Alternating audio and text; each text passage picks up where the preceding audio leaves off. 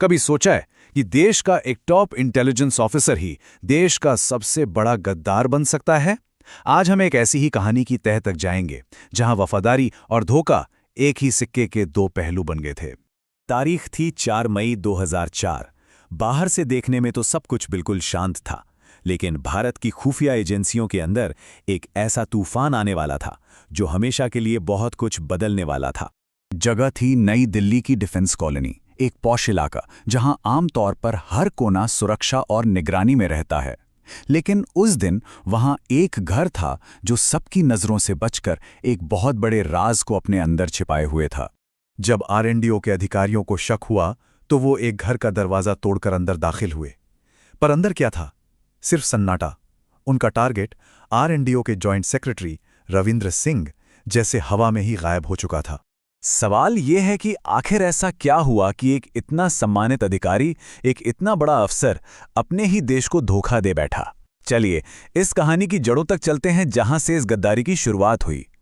देखिए, रविंद्र सिंह का करियर ऊपर से देखने में तो बड़ा शानदार लगता था। पहले इंडियन आर्मी, फिर रॉ में भर्ती, विदेश में पोस्टिंग और फिर सीधा आरएनएडब्ल्यू हेडक्वार्टर्स में जॉइंट सेक्रेटरी जैसा अहम पद। लेकिन इसी सफर में उसने एक ऐसा मोड़ लिया जिसने सब कुछ पलट कर रख दिया। जब वो द हेग में पोस्टेड था तो उसकी कुछ निजी कमजोरियों ने सीआईए को एक सुनहरा मौका दे दिया। वो लोग जानते थे कि बस इसी कमजोरी का फायदा उठाकर उसे अपने जाल में फंसाया जा सकता है।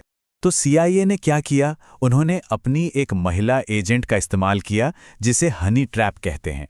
उस एजेंट ने रविंद्र सिंह को इमोशनली और साइकोलॉजिकली, मतलब भावनात्मक और मनोवैज्ञानिक रूप से पूरी तरह अपने कंट्रोल में कर लिया, और बस यहीं से एक डबल एजेंट के बनने की शुरुआत हो गई थी। अब कहानी का रुख वापस नई दिल्ली की तरफ मुड़ता है, आरएनडब्ल्यू के हेडक्वार्टर्स में, जहां रविंद्र सिंह अब अपनी जासूसी की गतिविधियों को अंजाम दे रहा था, ठीक अपनी ही एजेंसी की नाक के नीचे। उसका तरीका बहुत ही शातिर था। वो घंटों तक अपने ऑफिस का दरवाजा अंदर से बंद रखता था, टॉप सीक्रेट फाइलों की फोटोकॉपी करता और फिर घर ले जाकर हाईटेक कैमरों से उनकी तस्वीरें खींचता और इन सारी फाइलों को एक सिक्योर इंटरनेट कनेक्शन के जरिए अपने सीआईए हैंडलर्स को भेज देता। लेकिन कहते हैं ना, चोर कोई ना कोई गलती जरूर करता है। उसकी एक छोटी सी चूक ने ही सारा खेल बिगाड़ दिया। ऑफिस के स्टाफ ने नोटिस किया कि वो जरूरत से ज्यादा फोटोकॉपी कर रहा है, और बस यहीं से आरएनडब्ल्यू को पहली बार शक हुआ। जब जांच शुरू हुई तो जो सच सामने आया वो सबके होश उड़ाने वाला था। पता चला कि रविंद्र सिंह ने करीब-करीब 20,000 टॉप सीक्रेट फाइलें सीआईए को बेच दी थी। ये भारत की राष्ट्रीय सुरक्षा पर हुए सबसे बड़े हमलों में से एक था। अब जैसे जैसे आरएनडब्ल्यू का शिकंजा कसता जा रहा था, सीआईए ने अपने सबसे कीमती एसेट, अपने सबसे खास जासूस को बचाने के लिए एक बहुत बड़ा और खतरनाक ऑपरेशन लॉन्च कर दिया। आरएनएडब्ल्यू ने रविंद्र सिंह पर 24 घंटे निगरानी लगा दी थी। मतलब उसके ड्राइवर से लेकर उसके घर के बाहर फल बेचने वाले तक सब के सब आरएनएडब्ल्यू के ही एजेंट थे। लेकिन किसी तरह उससे इस बात की भनक लग गई और उसने फौरन मदद के लिए सीआईए को फोन घुमा दिया। और इसके बाद जो हुआ वो किसी हॉलीवुड स्पाई फिल्म से कम नहीं था। सीआईए ने एक फूल प्रूफ प्लान के तहत रविंद्र सिंह और उसकी पत्नी को दिल्ली से भगाया। वो लोग सड़क के रास्ते नेपाल बॉर्डर पहुंचे। काठमांडू में उनकी मुलाकात सीआईए के स्टेशन चीफ से हुई, जहां उन्हें राजपाल और दीपा शर्मा के नाम से नई पहचान और नकली अमेरिकी पासपोर्ट दिए गए। और इससे पहले कि भारतीय एजेंसियां कुछ भी समझ पातीं, वो वियना के रास्ते अमेरिका के लिए उड़ चुका था। रविंदर सिंह भागने में तो कामयाब हो गया, लेकिन उसकी कहानी अभी खत्म नहीं हुई थी। चलिए देखते हैं कि इस गद्दारी का, इस धोखे का आखिर अंजाम क्या हुआ। अमेरिका पहुंचने के बाद कहानी में एक और मोड़ आया।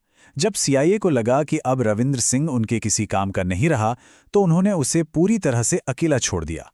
उसकी फंडिंग बंद कर दी गई, जिससे वो पैसे को मोहताज हो गया और डिप्रेशन में चला गया। सोचिए जरा, 20 साल से ज्यादा की गद्दारी और जासूसी का नतीजा क्या निकला? सिर्फ 12 साल की गुमनामी और मुश्किलों से भरी जिंदगी। और फिर 2016 में एक कोडेड मैसेज से ये खबर कंफर्म हुई कि रविंद्र सिंह की एक सड़क हादसे में मौत हो गई है। जिसने अपने देश को धोखा दिया, उसे आखिर में गुमनामी की मौत ही मिली। अब यहां एक दिलचस्प तुलना देखिए। एक तरफ था रविंद्र सिंह, जिसने निजी फायदे के लिए अपने देश को बेच दिया, और दूसरी तरफ थे रविंद्र कौशिक जैसे देशभक्त जासूस, जिन्होंने देश के लिए अपनी जान तक कुर्बान कर दी। नाम दोनों के लगभग एक जैसे, लेकिन उनकी विरासत एक दूसरे से बिल्कुल अलग। तो आखिर में सवाल यही उठता है कि जासूसी की इस चमक धमक वाली दुनिया में गद्दारी की असली कीमत आखिर होती क्या है?